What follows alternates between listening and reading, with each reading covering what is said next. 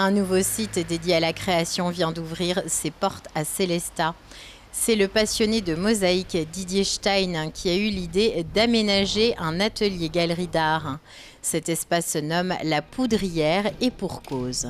Pour la petite histoire, c'est une ancienne poudrière, comme son nom l'indique, qui servait à stocker la poudre, qui a été construite sous Vauban, donc en 1675, par l'ingénieur Jacques Tarade. En cas d'explosion, la ville de Sélestat devait rester protégée. C'est pour ça que ce bâtiment a été placé de l'autre côté du boulevard, un petit peu à l'extérieur des remparts initiaux. Le mosaïste a eu un véritable coup de cœur pour le site, malgré les travaux à prévoir. Évidemment, il n'y avait pas de lumière, il n'y avait pas d'éclairage, pas d'assainissement, pas d'eau. Mais j'ai eu le coup de cœur. Donc l'idée est d'en créer un atelier. La taille le permettant d'un atelier partagé avec différents autres artistes célestadiens ou locaux. Et donc c'est dans ce sens-là qu'il a été transformé.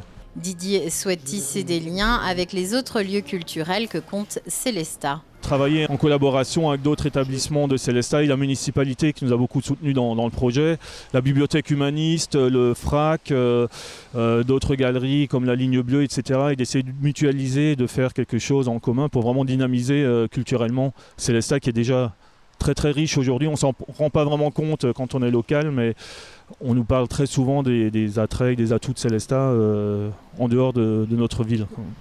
Parmi les premiers artistes à inaugurer les lieux, Jean-Martin Vincent, venu présenter son travail le temps d'un week-end en octobre. C'est un peu une rétrospective de ce que je fais depuis un certain nombre d'années, à la fois les copies que j'ai pu faire pour travailler les techniques, pour travailler aussi les inspirations, présenter aussi donc tout ce qui est l'art botanique, qui est quand même un pendant assez important, l'art japonais donc qui s'associe au symbolisme justement de mes inspirations. Et puis surtout ce qui est un petit peu novateur sur cette expo-là et que je vais développer de plus en plus, donc c'est l'intégration de l'art olfactif avec l'art graphique, donc associer les odeurs avec des couleurs et les couleurs avec des odeurs pour créer des fragrances et des aquarelles ou des peintures associées.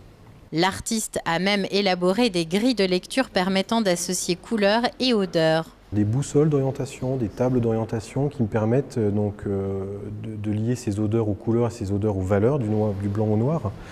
Ce sont des roues qui me permettent justement de créer des fragrances en fonction des couleurs ou des valeurs tonales ou inversement dans l'autre sens.